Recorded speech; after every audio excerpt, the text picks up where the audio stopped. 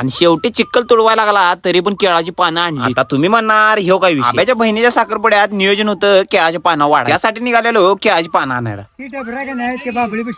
जरा पाणी छोटा हत्तीचं झाज करून पल्याड पोहोचलो. नंतर रस्ता बघून लक्षात आलं गाडी पुढे जाणं अशक्य. मग काय पॅन्ट वर करून चप्पल काढ की लांबड्या लांबड्या ढेंगा टाकायला चालू केले. पण तुम्हाला तर माहितीच आहे आपण कधी गेलो आणि रस्ता चुकला नाही असं कधी झालंच नाही. छोटा हत्तीचं हेबळ खात गाडी बशी आलो. मग नंतर बारक्यासनी मोठ्यासनी रस्ता विचार चालत काटा घुसला तरी पळत शेवटी कसं बस त्या रानापाशी पोहोचलो. आत आलो तर मिलण्या आधीच लागला होता पान गोळा. मी बी कवळा गाठला आणि उसाच्या कडेनं गाडीच्या दिशेने चाललो.